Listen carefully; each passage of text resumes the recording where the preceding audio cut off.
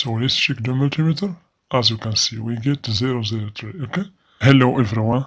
So in this video, we're gonna see the fuse resistors.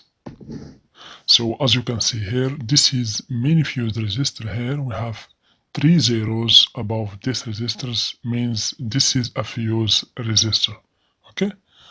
So here also we have other fuse resistors. We have 0 above it, okay, means this is a resistance with approximately 0 ohms. Here also we have another fuse resistor, okay, here also, as you can see. So you will find this kind of resistors in any motherboards, okay. So I'm gonna show you how to test and check these resistors. As you can see here, we will use the multimeter in the buzzer or continuity option. As you can see here, we have this gradation. This is ohms gradation. Here we will use 200 ohms, okay?